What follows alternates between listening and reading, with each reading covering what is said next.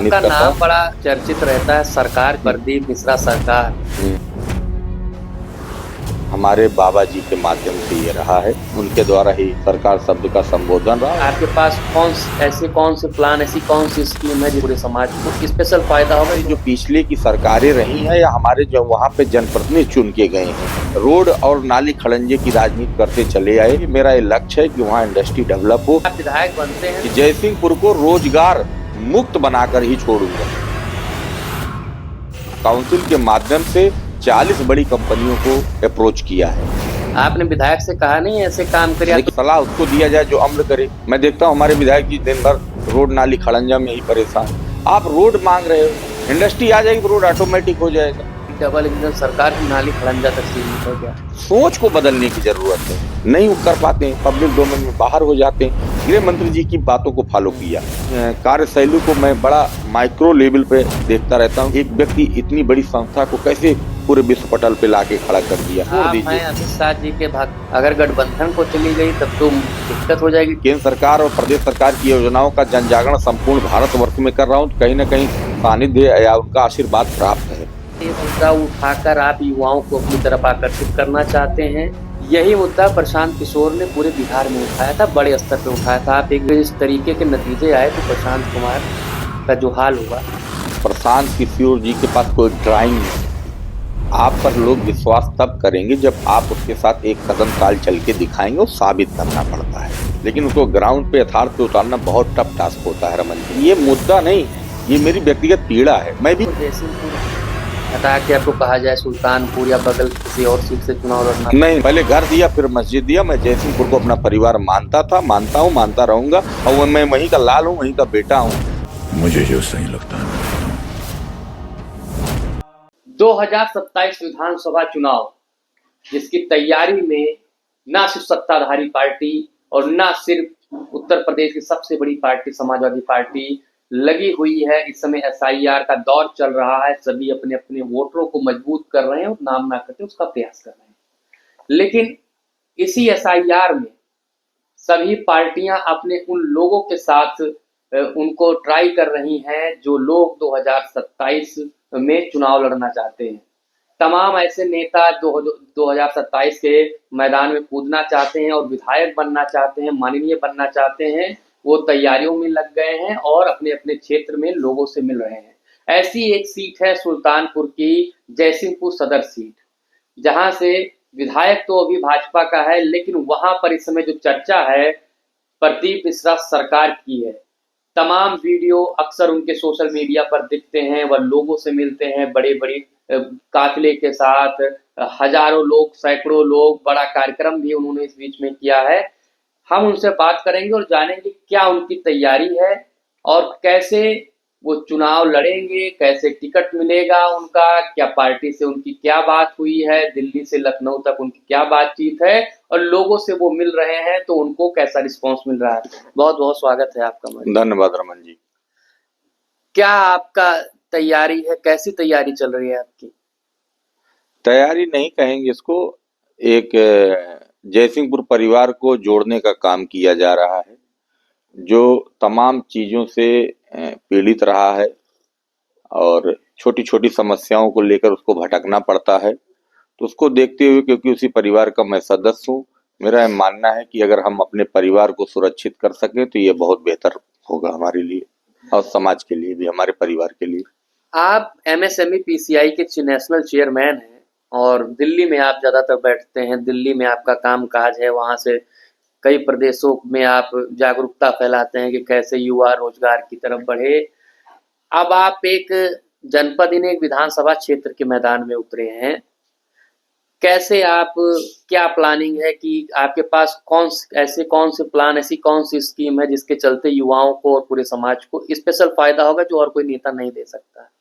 देखिए, मेरा मानना है कि जब पीसीआई के माध्यम से लगभग मैंने 30 प्रदेश और लगभग 400 प्लस जिलों का भ्रमण किया और हर प्रदेश का मैं दौरा करता हूं और विधानसभा दौरा करता हूं, किसी जिले में तो किसी न किसी विधानसभा में ही होता है वो, और इंडस्ट्रियल जोन का ही हमारा दौरा होता है। जब मैं इंडस्ट्रियल जोन का दौरा करता हूं तो देखता हूं कि तमाम हमारे युवा जो आज के सहसाथी हैं वो जो है वो सहसाथी हैं, वो जो है आज अपना क्षेत्र छोड़कर रोजी रोटी के लिए बाहर जाने के लिए मजबूर हो जा रहे हैं। उनको देखते हुए मुझे व्यक्तिगत पीड़ा होती, क्योंकि मैं भी उसी परिपाटी में कभी जिया हूँ। मेरा मानना है कि अगर हम लोग छोटा सा प्रयास करें और मेहनत कर दें तो जयसिंहपुर में भी वह विकल्प बन सकता है। अगर पूना में इंडस्ट्री लग रही है रमन जी, पूना में इंडस्ट्री है, जयपुर में इंडस्ट्री है, सोनीपत में है, पानीपत में है, लुधियाना में है, तो जयसिंहपुर में क्यों नहीं? तो कहीं ना कहीं इसके पीछे एक बहुत बड़ा लॉजिक है कि हमारे नेतृत्व और हमारी जो पिछले की सरकारें रही हैं या हमारे जो वहां पे जनप्रतिनिधि चुन के गए हैं, उन्होंने वह विकल्प नहीं अपनाया और रोड और नाली खड़ंजे की राजनीति करते चले आए, जिसमें तमाम हमारे युवा साथी को अपना घर छोड़ने के लिए मजबूर होना पड़ा। इसलिए मेरा ये लक्ष्य है कि वहाँ इंडस्ट्री डेवलप हो और जयसिंहपुर का विकास हो, बाहर के लोग आकर जयसिंहपुर में जॉब करें। इस बड़ी तैयारी बात आप कर रहे हैं, यानी पलायन और रोजगार आपका सबसे बड़ा मुद्दा हाँ होने हाँ वाला है। बिल्कुल बिल्कुल, मैं उस पर पूरा काम भी कर रहा हूँ। लेकिन पलायन तो लेकिन कई बार मुद्दा उठ चुका है, लेकिन सरकारों के पास हल नहीं है। आप कैसे इस चीज को कर देखिए पाएंगे? सरकार में मैं कमी नहीं निकाल सकता हूँ। सरकार से बड़ा नेतृत्वकर्ता होता है। कोई न कोई जनप्रतिनिधि पुणे में रहा होगा जिसने अपनी इंडस्ट्री डेवलप किया। सोनीपत का किसी सांसद ने, मैं छोटा एग्जांपल देता हूँ, बगल में सतारिया है, बगल में सतारिया जौनपुर जिले में है, एक इंडस्ट्री जोन, बड़ा इंडस्ट्री जोन है। बगल में आपके रायबरेली है। अगर राहुल गांधी और सोनिया गांधी अपने क्षेत्र में ला सकते हैं तो हमारे सांसद विधायक अपने क्षेत्र में क्यों नहीं? मेरा बहुत टू बी फ्रैंक क्वेश्चन है अपने प्रतिनिधित्व के लिए।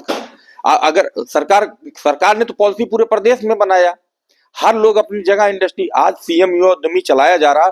मैं दावे के साथ कह सकता हूं कि आज जो है कितने विधायक सांसदों ने अपने यहाँ कैंप लगा के किया। क्या मुख्यमंत्री जी में कमी थी?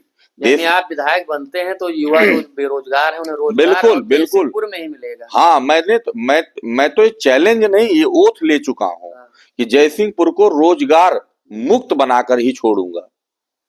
रोजगार वहां सृजित होगा, रोजगार वहां युक्त होगा। रोजगार मुक्त या रोजगार नहीं, बेरोजगारी मुक्त हो जाएगा, रोजगार युक्त होगा वो। रोजगार युक्त होगा। हाँ, रोजगार युक्त होगा, बेरोजगार मुक्त होगा।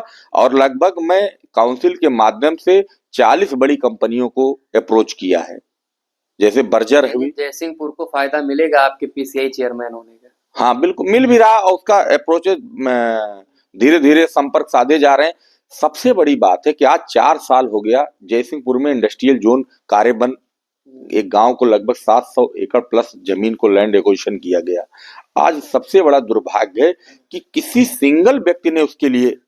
तो आपकी पार्टी विधायक है, आप पार्टी के पुराने कार्यकर्ता रहे हैं, आपने विधायक से कहा नहीं ऐसे काम करिए? आप तो सलाह भी दे सकते हैं भाई पीसीआई मैं सलाह उसको दिया जाए जो अमल करे। मैं देखता हूँ हमारे विधायक जी दिन भर रोड नाली खड़ंजा में ही परेशान है। और ये सब सोच के ऊपर होता है, ये सब किसी व्यक्ति विशेष पे नहीं होता, इसको सोच बनानी पड़ती है, कार्य करना पड़ता है, दौड़ना पड़ता है, चलना पड़ता है। आप रोड मांग रहे हो, इंडस्ट्री आ जाएगी तो रोड ऑटोमेटिक हो जाएगा। आज पूर्वांचल एक्सप्रेस वे इतना बड़ा लेंथ दे दिया है कि अगर कार्य बंद एकदम पूर्वांचल से सटा हुआ इंडस्ट्रियल जोन माननीय मुख्यमंत्री जी द्वारा घोषित किया गया, उसका लाभप्रद हमारा क्षेत्र नहीं पा रहा, तो इसको कौन पीड़ा समझेगा? हम जैसे युवा ही समझेंगे। डबल इंजन सरकार नाली खड़ंजा तक सीमित है क्या? नहीं नहीं, देखिए मैंने कहा कि इसी प्रदेश के मुखिया ने एक ऐसी योजना चलाया जो संपूर्ण भारतवर्ष में उसका गुणगान किया गया। इसी प्रदेश के मुखिया ने ओडीओपी को लेकर जन जागरण किया, जिसका गुणगान संपूर्ण भारत में विश्व पटल पे किया गया। इसी प्रदेश के मुखिया ने इसी प्रदेश के विश्वकर्मा योजना को चलाया, जिसको संपूर्ण भारत वर्ष ने केंद्र सरकार ने उसको अमेंडमेंट करके लागू किया। सोच को बदलने की जरूरत है। ये सब चीजें सोच पर निर्भर होती है। आपको नहीं पीड़ा दिखती हो, आप नहीं कर पाएंगे। बहुत से सारे विधायक और सांसद हुए जिन्होंने अपने कार्यकाल में 1 साल काम किया, दोबारा वो अपने गांव की सदस्य जीतने में मजबूर हो जाते हैं, नहीं कर पाते हैं, पब्लिक डोमेन में बाहर हो जाते हैं। तो जरूरत है कि आपको युवाओं, तमाम वीडियो आते हैं और फोटोज आती हैं, इन दिनों आप क्षेत्र में एक्टिव रहते हैं, बुजुर्गों से मिलते हैं, महिलाओं से मिलते हैं, क्या भाव रहता है जब वो लोग आपसे मिलते हैं? तो उन्हें क्या लगता है, क्या बातें करते हैं कि हमारा ये काम नहीं हुआ, ये काम नहीं हुआ, क्या बातें होती हैं? देखिए मैं मानिए गृह मंत्री जी से बहुत प्रभावित हूँ। मैं प्रधानमंत्री जी को फॉलो करता हूँ, उनको मैं अपना गुरु मानता हूँ। और उनका एक वचन और एक शब्द मेरे दिल पे कॉपी हो गया। पहले आप अपने जीवन में कोई कार्य योजना बनाइए। कार्य योजना हम लोग ने जयसिंहपुर को लेकर बना दिया कि हम इंडस्ट्री जोन लाएंगे, साफ सुथरा, अच्छा भ्रष्टाचार मुक्त जो है वहां पे थाना, पुलिस, तहसीलें होंगी, ब्लॉक होगा। कार्य योजना बनी। फिर उसके लिए जरूरत था कि कार्यालय एक होना चाहिए। मैंने अपने क्षेत्र की जनता के लिए, अपने परिवार के लिए, जयसिंहपुर परिवार के लिए एक कार्यालय भी सृजित कर दिया, जिससे तमाम क्षेत्र के लोग वहां आते, अपनी बातों को, अपने विचारों को रखते। उनको हम लोग से जिला प्रशासन से लेकर, शासन से लेकर चीजों को ब्लॉक तहसील तक पहुंचाने का काम करते हैं। उसका वार रूम तैयार कर हाँ, दिया। वार रूम कार्यालय हो गया। मैं गृह मंत्री जी की बातों को फॉलो किया, क्योंकि मैं उनसे प्रभावित होता हूं। उनकी कार्यशैली को मैं बड़ा माइक्रो लेवल पे देखता रहता हूं कि एक व्यक्ति इतनी बड़ी संस्था को कैसे पूरे विश्व पटल पे लाके खड़ा कर दिया। पार्टियां, भारतीय जनता पार्टी पहले थी, लेकिन आज के दौर में किस लेवल पे भारतीय जनता पार्टी, क्योंकि मैं भी उसी का कार्यकर्ता सिपाही हूँ। जयसिंहपुर से जो है तो गठबंधन को गई थी। देखिए, तो आप हम तैयारी को छोड़ दीजिए। अमित शाह जी के भक्त, अगर गठबंधन को चली गई तब तो दिक्कत हो जाएगी टिकट में। देखिए, मेरा अभी टिकट की चर्चा मत करिए। पार्टी हम पार्टी के सिपाही हैं। पार्टी की नीतियों से मैं अवध क्षेत्र में रहा हूं। तमाम केंद्र और प्रदेश सरकार के बड़े पदाधिकारियों के साथ काम करने का मौका मिला है और कर भी रहा हूं। और अगर मैं केंद्र सरकार और प्रदेश सरकार की योजनाओं का जन जागरण संपूर्ण भारतवर्ष में कर रहा हूं, तो कहीं ना कहीं सानिध्य या उनका आशीर्वाद प्राप्त है। देश में लगभग 22,000 मेंबर मैंने मणिपुर में बनाए हैं, नागालैंड में है, त्रिपुरा में है, कर्नाटका में है, केरला में, तमिलनाडु में, आंध्रा में। इससे कैसे संबंध है? वो मेरे बड़े भाई हैं, थे और रहेंगे। वो तो पारिवारिक रिश्ता, राजनीतिक चीजें अलग हैं, पारिवारिक रिश्ते अलग हैं। तो बड़े भाई विधायक हैं, काम लोग कहते हैं बहुत काम किया विधायक जी ने, आप कह रहे हैं काम ही नहीं किया। नहीं, मैंने कभी नहीं कहा काम नहीं किया। नाली खड़ंजा तक आप बता नाली खड़ंजा देखिए हर विधायक बनाता, मैं उनकी व्यक्तिगत बात नहीं कर रहा हूँ। प्रदेश और देश के लगभग 4347 विधायक हैं संपूर्ण भारतवर्ष में। काम ही दिया गया नाली खड़ंजा का, तो क्या नीति बनाएंगे क्या विधायक? नहीं, क्यों नीति नहीं बना सकते हैं? आप एक सिंगल बिट नहीं कर पा रहे हो। इंडस्ट्रियल जोन 4 साल से खाली है। मैं ये इसका विरोध करूंगा। विधायकों का कोतवाल और एसपी सुनते नहीं, आप बता क्यों नहीं सुनता है? अब मैं तो लगभग विधायकों को लोग बताते हैं। आप हमारे फोन से मिलाइए कोतवाल को, एसपी को मिलाइए, डीएम को मिलाइए, सीडीओ को मिलाइए।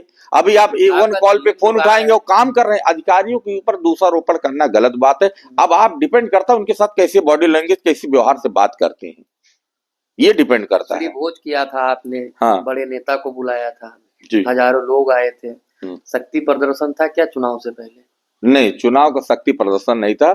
ये हमारे हिंदू संस्कृति का एक जो स्टार्टिंग होती है, हम लोग खिचड़ी भोज से, हिंदू धर्म पर्व से स्टार्ट करते हैं अपने जीवन शैली को। तो लोगों की इच्छा थी कि अपने जयसिंहपुर परिवार को एकीकरण लाकर एक मंच पे किया जाए।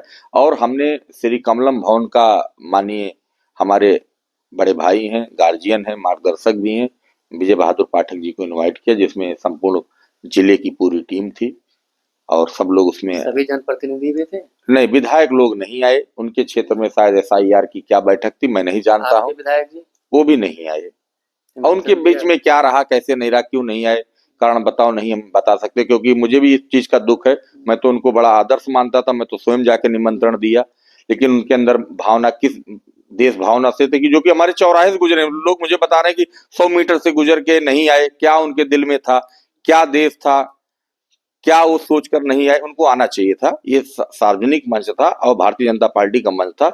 अगर वो नहीं आते तो ऐसा उनकी विचारधारा, उनकी सोच है, मेरा मानना था, मेरे बड़े भाई, तो उनको आना चाहिए। जब से आपने चुनावी हुंकार भरी है तब से विधायक जी का कभी आमने सामने मुलाकात हुई आपसे? हाँ, 2 बार हो चुकी है, 2 प्रोग्रामों में। कैसा रहा मुलाकात? मैं उनको बड़ा भाई मानता हूँ, छोटा भाई मानता हूँ। मैं पैर छूता हूँ, आशीर्वाद वो देते हैं, बस। अब आशीर्वाद उनसे विधायक की कहीं मांग रहे हैं? विधायक की नहीं मांग रहे, विधायक पार्टी तय करती। हमारे यहाँ कार्यकर्ताओं की पार्टी है और केंद्रीय नेतृत्व और प्रदेश नेतृत्व पार्टी को टिकट को चयनित करता है। आपका नाम बड़ा चर्चित रहता है, सरकार जो लगा हुआ है, प्रदीप मिश्रा सरकार, इस नाम की क्या कहानी है? आपने खुदे भौकाल काटने के लिए, जैसे आजकल रीलबाजी जमाना चलता है, आपने पुराने जमाने में रख लिया था या किसी और ने ये नाम आपको दे दिया? कैसे रखा ये नाम आपने? ये हमारे हमारे बाबा जी के माध्यम से ये रहा है। और मैं उनको अपना आदर्श मानता रहा, क्योंकि वो गांव में कई पंचायतों को जो बैठते थे तो बड़ा निष्पक्ष निवारण करते थे। तो मैं बाबा जी को भी अपने फॉलो करता हूँ, उनके द्वारा ही सरकार शब्द का संबोधन रहा। और आज मैं मानता हूं कि आज लोग मुझे प्रदीप क्या मिश्रा हमने से तो कम, बहुत बहुत प्रदीप नाम मिश्रा कम, सरकार के नाम से लोग ज्यादा जानते हैं। कि शायद उन्हीं पूर्वजों का हमने आशीर्वाद आप बहुत सब। नाम सुने।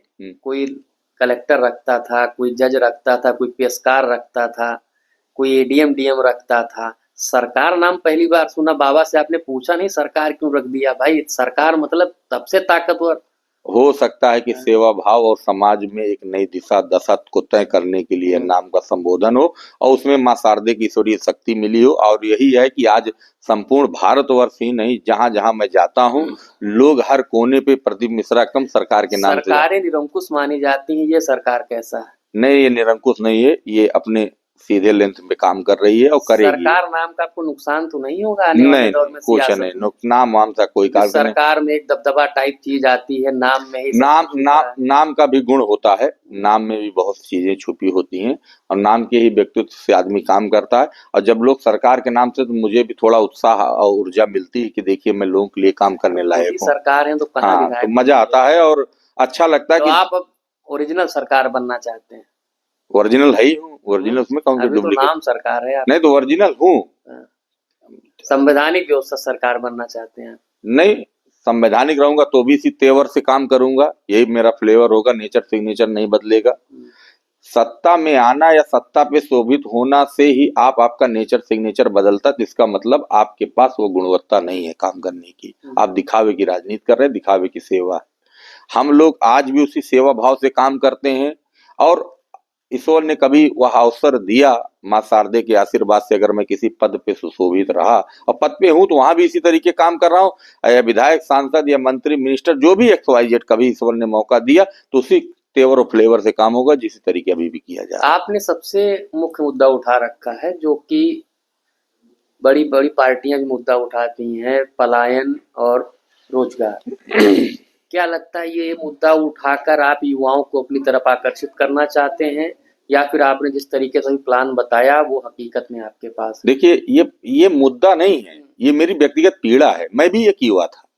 आज मैं लगभग 40-42 साल एज हो रही हमारी। तो इस एज में मैंने कई जगह भटका है, रोजी रोटी के लिए कई जगह दौड़ लगाई है, और हर पीड़ा को, युवाओं को मैं जानता हूं कि उनके जीवन में किन कठिनाइयों का सामना करना पड़ता है। रमन जी, आज जरूरत है हर व्यक्ति को अपनी सोच बदलने की, और सोच कहां से बदलेगी? जब हमारा कैप्टन बदलेगा। मैं मानता हूं, मैं किसी व्यक्ति, राजप्रसाद उपाध्याय की मैं बात नहीं करूंगा, क्योंकि उन्होंने 4-4.5 साल हो गया नहीं सोचा, अब उनके हाथ में कुछ नहीं है, अब कुछ आना भी नहीं है, कर भी नहीं सकते हैं। मेरा कहने का मतलब है कि हर प्रतिनिधित्व को, हर परिवार को, हर क्षेत्र को, हर लेवल पे इसको सोचना पड़ेगा।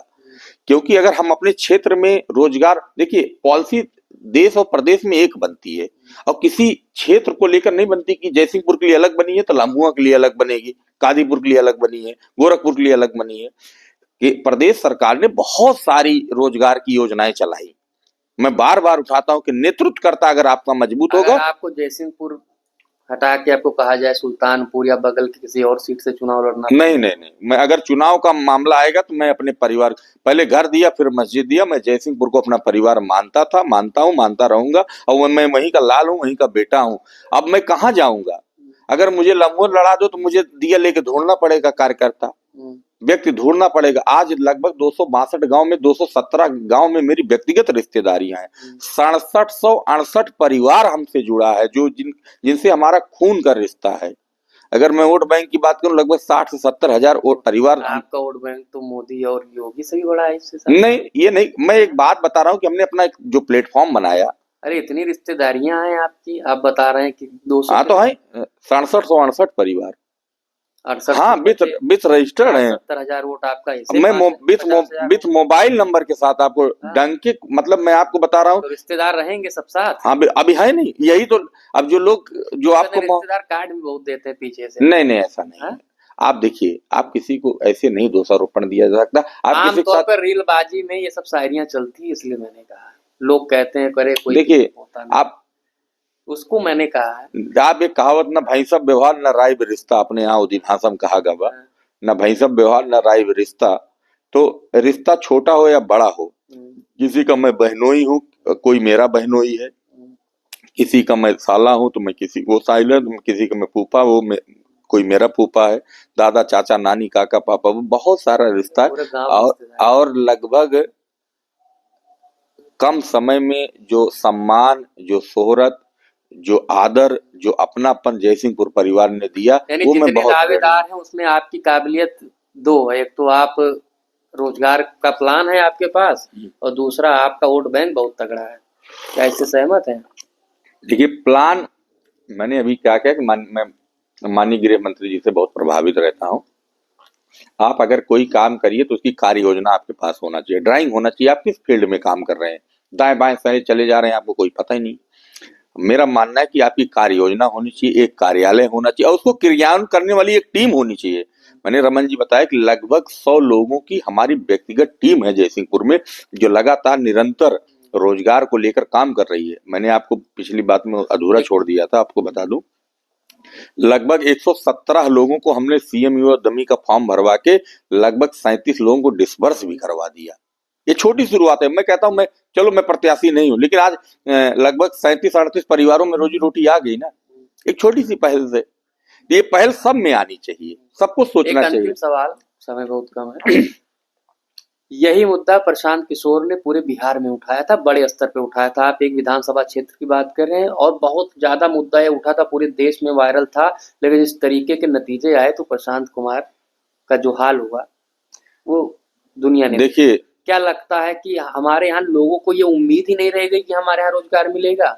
इतना ज्यादा निराशा में युवा जा चुका है, परिवार जा चुका है कि उसे लगता नहीं कि सरकार हमें यहाँ रोजगार दे सकती है। देखिए प्रशांत किशोर जी के पास कोई ड्राइंग नहीं थी। मैं आपको बताऊं, आप पर लोग विश्वास तब करेंगे जब आप उसके साथ एक कदम ताल चल के दिखाएंगे, और साबित करना पड़ता है। ये राजनीतिक नहीं, ये व्यक्तिगत चीजें होती हैं। अब प्रशांत किशोर के इतने लंबी चौड़ी बातें उन्होंने कह दिया, संपूर्ण भारतवर्ष में उनके इतने मुख्यमंत्रियों से मैं राज्यसभा चला जाऊंगा, 24 घंटे में डिप्टी सीएम बन सकता हूं, मैं फलाना बन सकता, मैं ढिमका, लंबी चौड़ी बातें बोलना बहुत आसान है, लेकिन उसको ग्राउंड पे, यथार्थ पे उतारना बहुत टफ टास्क होता है रमन जी। अगर वो प्रयास करके अपने ही, जहां उनका पैतृक निवास था, जहां उनका क्षेत्र था, एक छोटी सी इंडस्ट्री डेवलप कर दी होती। मैंने क्या कहा, माननीय मुख्यमंत्री जी का ड्रीम प्रोजेक्ट है सीएम युवा उद्यमी, मैंने 117 फॉर्म डलवाए, लगभग उसमें 37 फॉर्मों को मैंने डिसबर्स किया। आज वही 37 परिवार ही तो मेरे साथ चल रहा है।